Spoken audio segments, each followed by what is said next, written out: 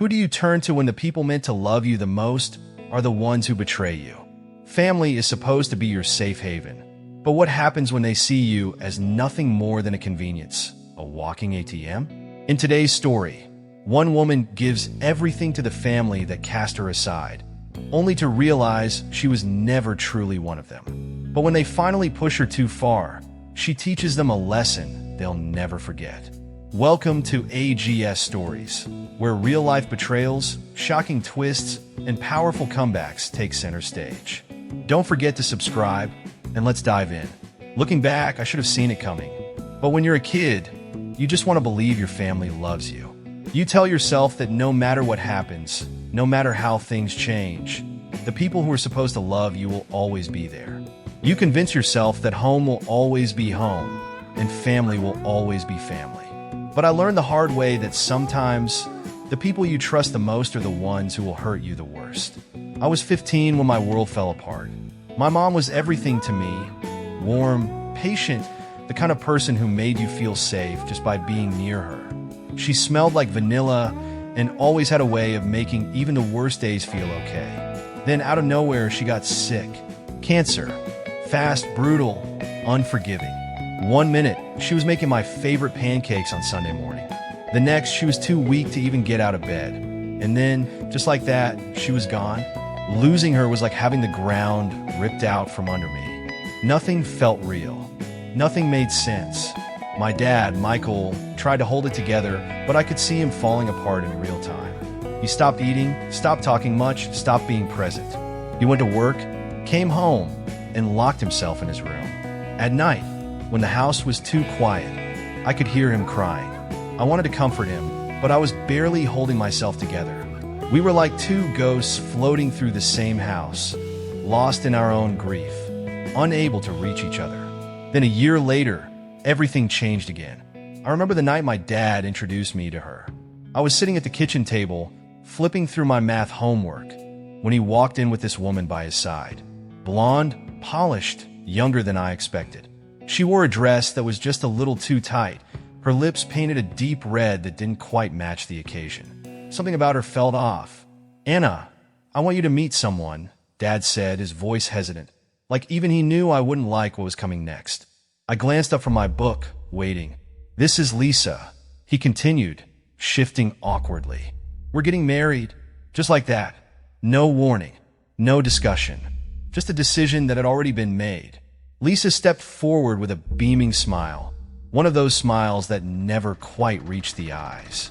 "It's so nice to finally meet you, sweetheart," she said, stretching out her arms like she was about to hug me. But I stayed where I was, hands clenched in my lap. There was something rehearsed about the way she spoke, something too sweet. I wasn't sure why, but it made my stomach turn. And then, peeking out from behind Lisa's dress, I saw her. A little girl, no older than 5, with big blue eyes and brown curls.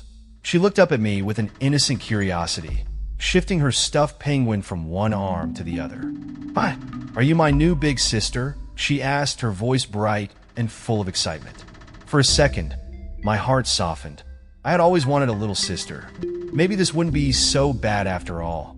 Maybe despite everything, something good could come out of all this change. "Yeah," I said, forcing a small smile. "I guess I am." At first, it felt like I was right. Jessica, my new stepsister, followed me everywhere. She'd climb into my bed at night, demanding to watch cartoons with me, giggling when I made silly voices for the characters. She wanted to braid my hair, wear my t-shirts to sleep, hold my hand when we walked to the park. For a little while, I let myself believe that we could be a family, that maybe Lisa wasn't so bad, that maybe this could be home again. But then things started to change. Lisa never said anything cruel outright. It was always little things. The way she'd breeze past me in the hallway like I didn't exist. The way she'd whisper to my dad whenever I walked into a room. The way she'd make small comments that weren't quite insults, but cut just the same. "Oh, Anna, I didn't think you'd still be here," she'd say when I came down for breakfast. Teenagers usually hide in their rooms all day, don't they? Or, you'd be so pretty if you put in a little effort. Maybe a little makeup, some new clothes. She never said I wasn't welcome. She never outright told me to leave. But I felt it every single day. I felt it. Then, one night, I heard the conversation that changed everything. I had come downstairs for a glass of water, moving quietly through the dark house, when I heard Lisa's voice drifting from the kitchen. She was speaking in that soft, sugary tone she always used when she wanted something. "Honey, you don't need to spend so much time with Anna," she was saying. "But she's fun." Jessica protested. Lisa let out a small sigh. "I know, sweetheart, but she's not really your sister, you know? She's just your father's other daughter." I froze. The words felt like a slap, like the air had been knocked out of my lungs. Just his other daughter. Not family. Not Jessica's sister. Just there. And that was when I knew. Lisa didn't just dislike me. She wanted me gone. She had been working toward it since the moment she walked through our door. Slowly, subtly, making sure my dad saw me as a problem, making sure Jessica stopped seeing me as a sister. And she was winning. After that, I stopped trying. I stopped waiting for Jessica to knock on my door after school. Stopped looking for some sign that she still cared. Stopped pretending that this house was still my home. By the time I left for college on a full scholarship, my father barely noticed. Lisa didn't say goodbye. Jessica gave me a small wave from across the room, but didn't come closer. I realized then that I wasn't just leaving for school. I was leaving them, and one day they would regret it. By the time I turned 16, I had stopped expecting anything from my father. The house I had grown up in still held the same furniture, the same family portraits hanging in the hallway, the same smell of my mother's lavender candles that I refused to let disappear, but it no longer felt like home. Home was supposed to be a place where you were loved, where you belonged, and I no longer belonged. Lisa had made sure of that. At first, it was subtle. She never outright told me to stay away, but the signs were everywhere. The whispered conversations with my father that would abruptly stop when I walked into the room. The way she always made plans for family outings but somehow forgot to include me.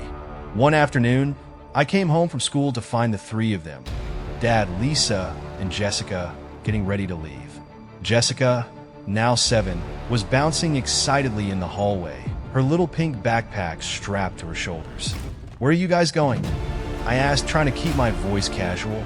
Jessica turned to me, beaming. "Disneyland." I felt my stomach drop. Disneyland. The place I had begged my dad to take me when I was younger. The place he always said was too expensive or too far away. I looked at my father, hoping, praying, that he would realize what was happening. That he would say, "Of course you're coming, Anna. Go grab your bag."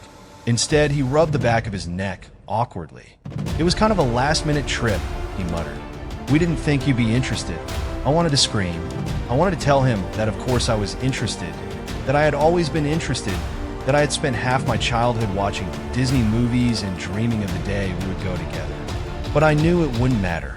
Lisa was watching me with that smug, knowing smile. I forced myself to nod. "Yeah, sure, have fun." Then I turned and walked upstairs, locking my door behind me. By the time I turned 18, I had learned how to make myself invisible. I came home late. I left early. I stayed out of Lisa's way and stopped trying to talk to Jessica.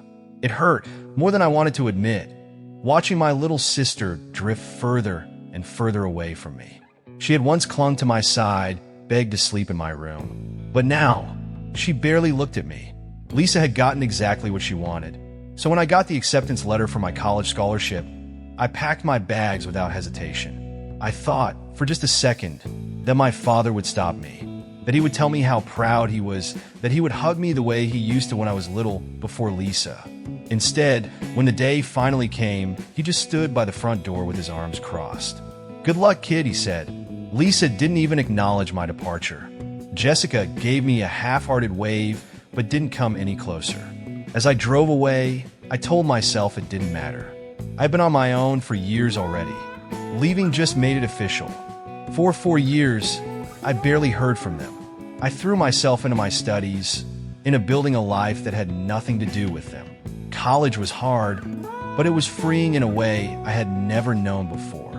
No more Lisa. No more walking into a room only to feel like I wasn't welcome. I got my degree.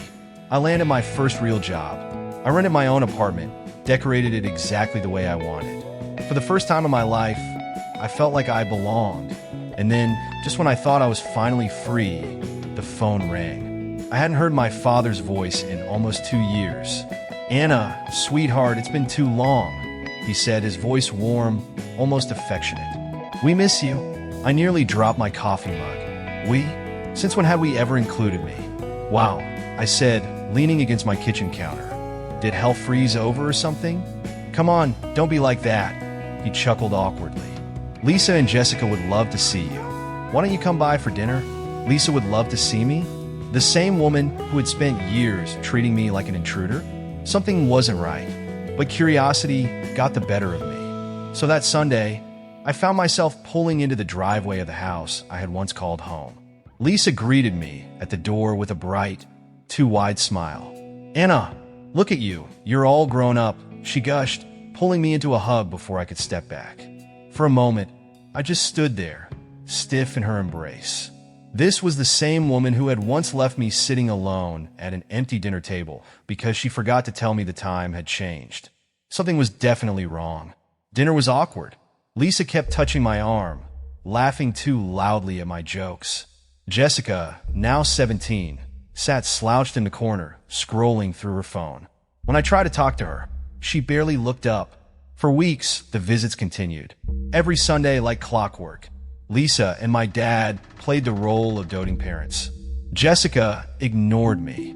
Then, one night, over coffee, my father finally got to the point. "The thing is, Anna, we've been having some financial difficulties." Lisa jumped in, her voice all honey and sweetness. "The house needs so many repairs, and the bills just keep piling up." I almost laughed. Of course, this sudden family reunion wasn't because they missed me. It was because they needed something. At first, it was small, a couple $100s for utilities, a little help with groceries. Then it was home repairs, a new water heater, fixing the roof.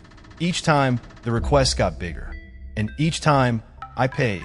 Because no matter how much they had hurt me, they were still my family, right? But the more I gave, the more they asked. And the more they asked, the more I started to wonder, had they ever actually wanted me back? Or had I just become their personal ATM? Then came the final request. Jessica's 18th birthday was coming up, and Lisa wanted to throw her a big party. "We want it to be special," she said. "But you know how expensive things are these days." I felt my stomach twist. I had been planning to surprise Jessica with something bigger than just a party. I had been looking into paying for her college tuition. I thought, maybe, just maybe, this could be my chance to fix things between us. So I agreed. I covered the catering, the decorations, the whole thing. And then, 2 days before the party, Jessica called me. "Hey," she said, her voice casual. "I just wanted to let you know we're trimming the guest list." Something in her tone made me uneasy. "Okay. Yes, so, I'm cutting you from the list." I blinked. "What?" Jessica sighed. "It's nothing personal. It's just family and close friends only, you know." For a moment, I just stood there, gripping the phone so tightly my knuckles turned white. "Jessica," I said, my voice barely above a whisper, "I am family." She laughed. "No, you're not. That's kind of the point." And just like that, whatever was left inside me shattered. I had spent my entire life trying to belong, trying to be a sister, trying to be a daughter. But to them, I had never been anything more than a convenience. Something inside me hardened. The next morning, I made a call to the catering company. "I need to change the delivery address," I said. "Send everything to the Hope Harbor shelter instead." It was time for them to learn exactly what it felt like to be cut out. The morning of Jessica's birthday, I woke up feeling lighter than I had in years. There was no more doubt, no more guilt, no more wondering if I had done enough. Because now I knew I had done too much. I sat at my kitchen table, sipping coffee as the phone calls started rolling in. First Lisa, then Dad, then Jessica, each one going straight to voicemail. I knew exactly what they wanted. I pictured it perfectly. Lisa, standing in the middle of their decorated backyard, panic creeping into her perfectly manicured face as she checked her watch for the 100th time. Guests murmuring, shifting uncomfortably as their stomachs growled. Jessica pacing, her arms crossed, her perfectly planned birthday party unraveling before her eyes. I almost wished I could see it for myself. Instead, I finished my coffee, stretched out my legs, and turned on my favorite playlist. They had made it clear I wasn't family. So why should my money be? The first real explosion came an hour later. I had just sat down with my book when my phone lit up again. Lisa. I let it ring twice before answering. Where is the catering? She hissed, her voice teetering between fury and desperation. I let the question hang in the air for a second, pretending to think. Oh, that. Yes, that, she snapped. The food was supposed to be here an hour ago. Anna, the guests are waiting. Jessica is devastated. I leaned back against the couch, tracing lazy circles on the armrest. Yeah, about that. I had the whole order sent to Hope Harbor instead. I figured since I'm not family, I shouldn't be imposing on the party. The silence that followed was deafening. Then, you what? Lisa's voice rose into a shriek, so sharp I had to pull the phone away from my ear. You heard me, I said, keeping my tone light. They were really grateful, by the way. The shelter. A lot of people are going to have an amazing meal tonight because of you. Well, because of me, technically, but let's not split hairs. You spiteful little... I hung up before she could finish. My phone rang again almost immediately. This time, Dad. I sighed and answered. What the hell is wrong with you, Anna? He barked. You ruined your sister's birthday. My sister. Funny how he only used that word when it was convenient for him. You mean the birthday party I wasn't invited to? I said, voice calm. The one where Jessica made it clear I'm not her sister? That party. Dad let out a sharp breath. You're older than her, Anna. You should be the mature one. I let out a laugh, but there was no humor in it. Mature. Right. You mean the way I was mature when I paid your bills? Or the way I was mature when I covered repairs for a house I don't even live in? Or, oh, this one's my favorite. The way I was mature when I shelled out thousands of dollars for a party that I was explicitly cut from. She didn't mean it that way, he snapped. You know how teenagers are? Oh, trust me, I said, my voice ice cold. I know exactly how Jessica is. Anna, be reasonable. I have been reasonable, I cut him off. For years. And all it got me was used. So no, I'm done. Enjoy the party. I hope you guys like pizza, because I hear that's all you're getting. Then I hung up, and for the first time in years, I didn't feel guilty. It didn't take long for the fallout to reach me. By that evening, my friend Lisa, not that Lisa, my real friend, my actual family, called, her voice barely holding back laughter. Oh my God, Anna, you won't believe what went down at your dad's house today. I smirked. Oh, I have a pretty good idea. No, you don't, she giggled. It was a total disaster. When the catering didn't show up, Lisa ran to the store in a panic. She tried to make sandwiches for 50 people, but she only bought like 2 loaves of bread. Half the guests didn't get food. I snorted. And the cake? Lisa wheezed. Your dad had to run to Danny's diner and buy whatever desserts they had left. He came back with a box of stale donuts and a couple of sad-looking apple pies. People were standing around with paper plates, trying to figure out what the hell was happening. I grinned. And Jessica? Oh, honey, Lisa said, her voice dripping with delight. Jessica lost her damn mind. Full meltdown. Screaming, crying, throwing gifts across the yard. Someone got hit in the shoulder with a Bath & Body Works gift set. I nearly choked on my drink. The best part, she continued. Apparently, Lisa tried to tell everyone the caterers canceled last minute, but everyone knew. Word spread fast that you had actually paid for it, but sent it somewhere else instead. I think people actually started leaving because it was so awkward. I sat back, letting her words sink in, feeling the warm glow of justice settle in my chest. They had taken and taken from me for years. They had cut me out of my own family. And for the first time, they were the ones left empty-handed. It was late when my phone buzzed again. This time a text. From Jessica. Anna, we need to talk. I know I overreacted about the party. It was stupid to take everything so seriously. The guest list thing was just a joke. Can't we just forget about it and move on? I stared at the message for a long moment. Now it was a joke. Now that her party was ruined. Now that the consequences had set in. I took a slow sip of my wine, then typed back. You're right. It was a joke. And I thought it was hilarious. Especially the part where I sent all the food to the homeless shelter. Wasn't that funny? She didn't reply for several minutes. Then finally one word, please. And suddenly I understood. She didn't know. Lisa and Dad hadn't told her that I had planned to pay for her college tuition. Had she known, she would have played the role of loving sister perfectly. There would have been hugs, fake gratitude, promises of forever being in my debt. But she had made one mistake. She had shown me exactly who she was before she knew what I had planned. I blocked her number without replying again. And just like that, I was free. The next morning, I sat on my balcony, watching the sun rise, feeling lighter than I had in years. For so long, I had let them take from me. For so long, I had begged for a place in a family that never wanted me. But not anymore. I wasn't their ATM. I wasn't their backup plan. I was done, and they were going to regret it.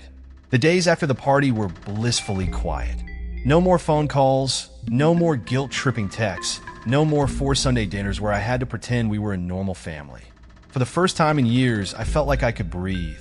I woke up without the familiar knot of obligation in my chest. I cooked breakfast without worrying about another surprise bill coming my way. I went to work, came home, watched TV, read a book, lived my life, without my father's voice creeping into my thoughts, reminding me of my so-called duty to help family. And then, after a full week of silence, he called. I stared at the screen for a long time before answering. "Anna," Dad said, his voice deep, measured, as if he were carefully choosing his words. "We need to talk."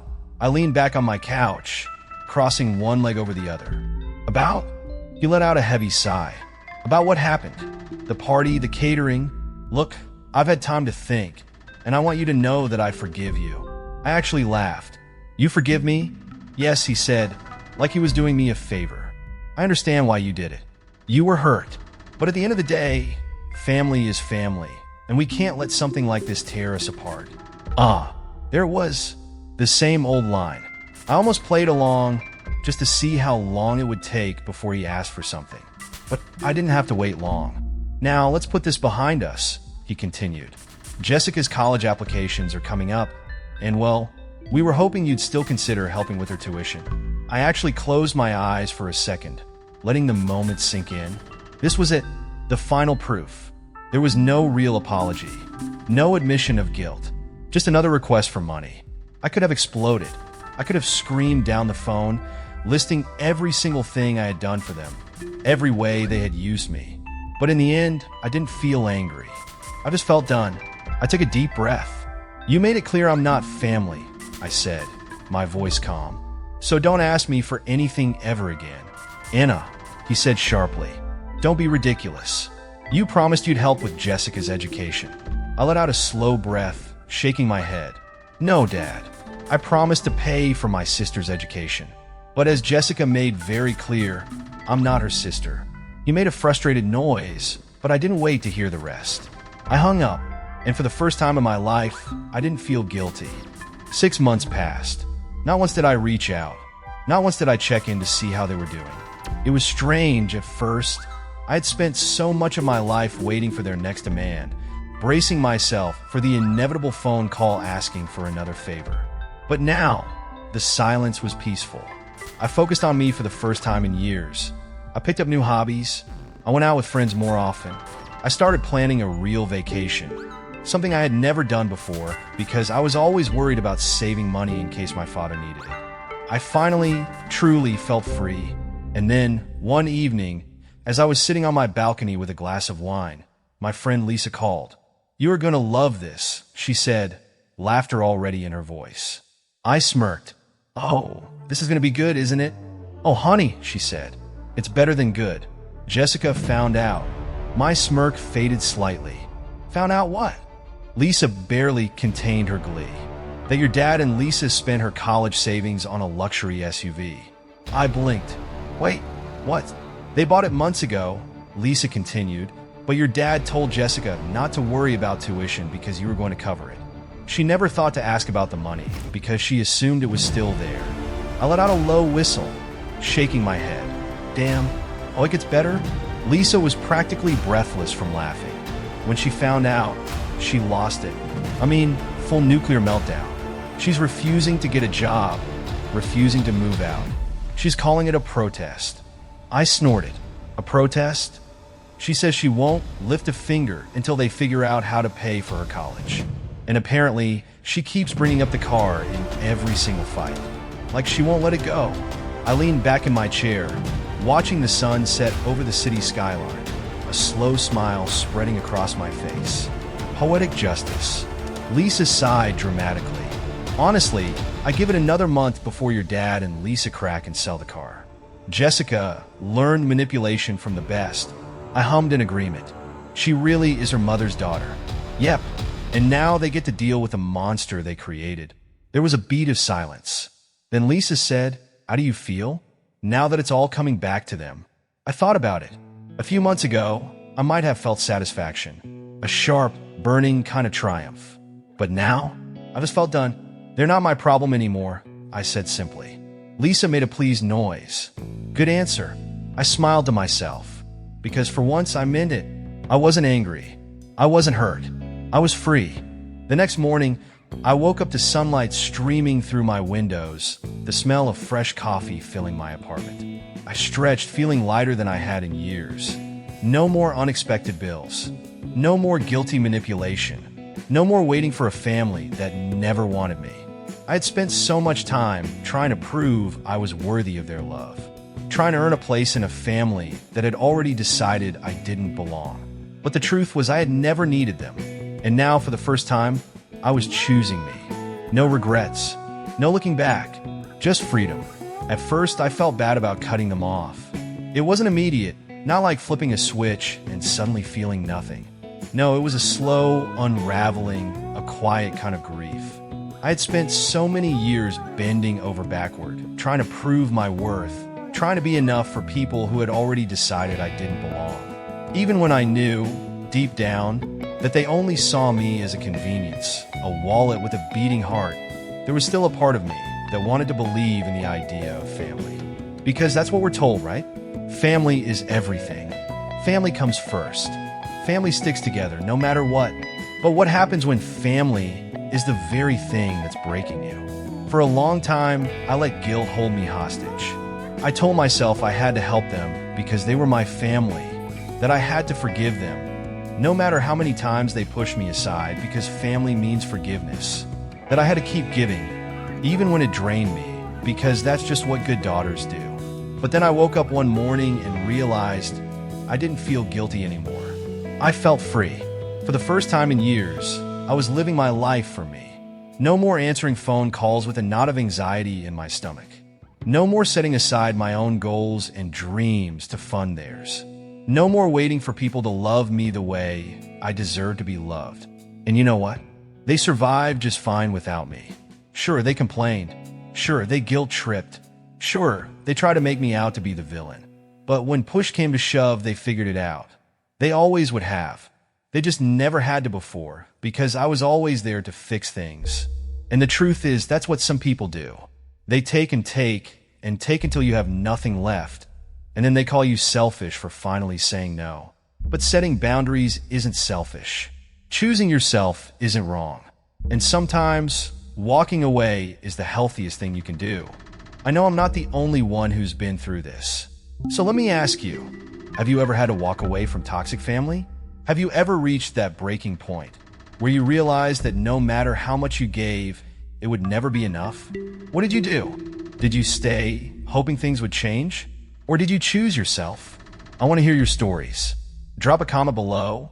Tell me if you've ever been in a situation like this and how you handled it.